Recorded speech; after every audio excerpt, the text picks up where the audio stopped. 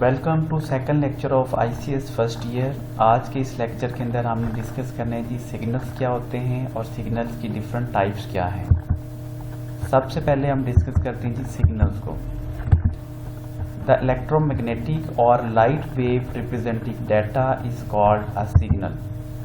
There are two types of signals. Number one is analog signal, number two digital signals. इन दोनों signals को हम बारी बारी डिस्कस करते हैं।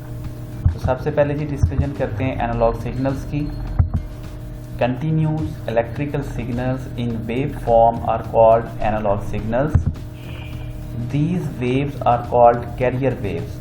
अगर हमारे पास कोई एक गाड़ी है और वो हमारे पास कोई सामान एक जगह से उठाकर दूसरी जगह पर लेकर जा रही है, तो हम कहते हैं इस गाड़ी ने हमारा सामान कैरी किया हुआ है। अब इसी तरह ये जो हमारे पास सिग्नल्स हैं, ये डाटा को एक जगह से दूसरी जगह पर लेकर जाते हैं, कैरी करते हैं। इसलिए इन सिग्नल्स को या इन वेव्स को हम कैरियर वेव्स भी कहते हैं। इन analog signals the transmitted power varies over continuous range.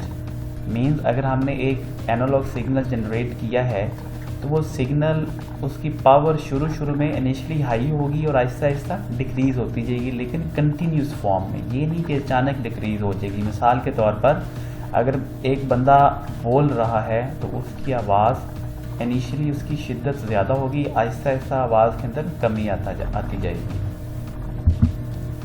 Examples की बात करते हैं तो सबसे पहली एग्जाम्पल हमारे पास है साउंड वेव, दूसरी एग्जाम्पल हमारे पास लाइट वेव है और तीसरी एग्जांपल हमारे पास रेडियो वेव है।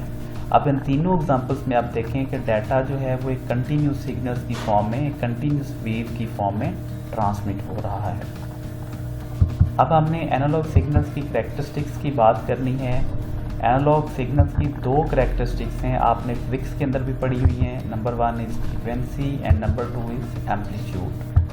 फ्रीक्वेंसी की अगर बात करें तो frequency means number of times a wave repeats itself from a fix point during a specific time. मिसाल के तौर पर अगर एक वेव एक सेकंड में किसी एक पॉइंट से 10 दफ़ा गुजरती है तो हम कहेंगे कि इस वेव की जो फ्रीक्वेंसी है वो है 10। अब फ्रीक्वेंसी को मैयर किस में करते हैं, वो है जी ऐसा यूनिट फ्रीक्वेंसी का जिसे हम कहते हैं हर्ट्ज। नेक्स्ट हम डिस्कस करते हैं जी एम्पलीट्यूड को। It is the height of wave within the given period of time. The amplitude of a wave refers to the maximum amount of displacement of particle on a medium from its rest position. It is also the distance from the rest position to the crust.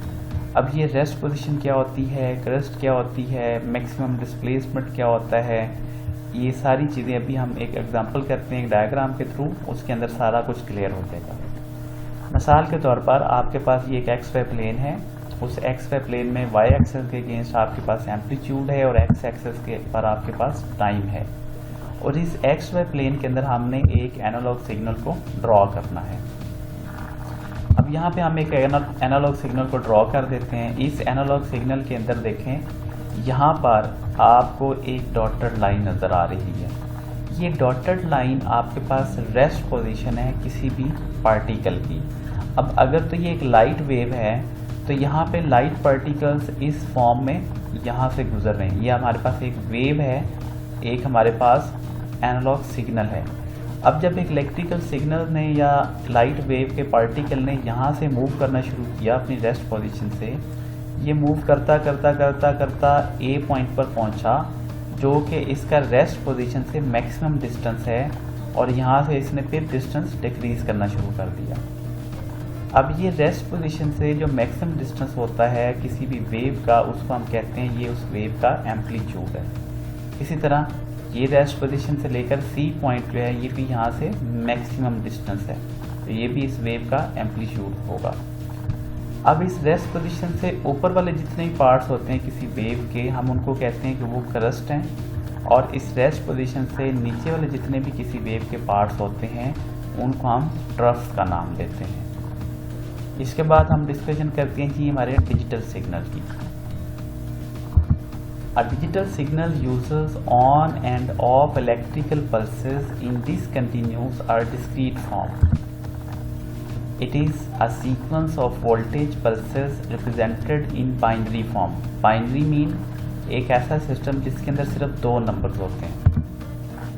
Binary means two digits 0 and 1.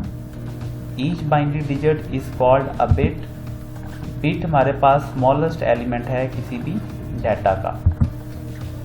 An electrical signal pulse inside the computer represented by 1 and the absence of electrical signal pulse in computer is represented by 0. अगर एक computer के अंदर जो हमारे पास circuit मौजूद होता है उसके अंदर कोई इलेक्ट्रिकल करंट गुजर रहा है तो हम कहेंगे कि वैल्यू वहाँ पर 1 है. उस जगह पर इलेक्ट्रिकल सिग्नल को किस से शो करेंगे? 1 से.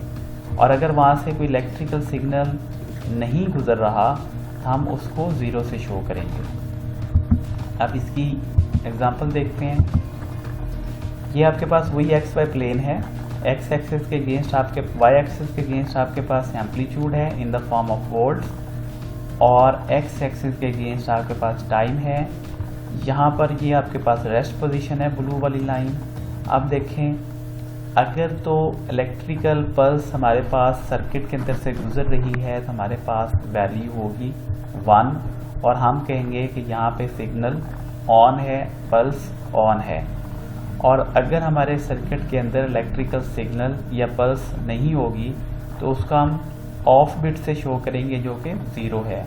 इस तरह 1 0 1 0. तो ये फॉर्म हमारे पास होती है डिजिटल सिग्नल्स की और इनको हम डिस्क्रीट सिग्नल्स भी कहते हैं.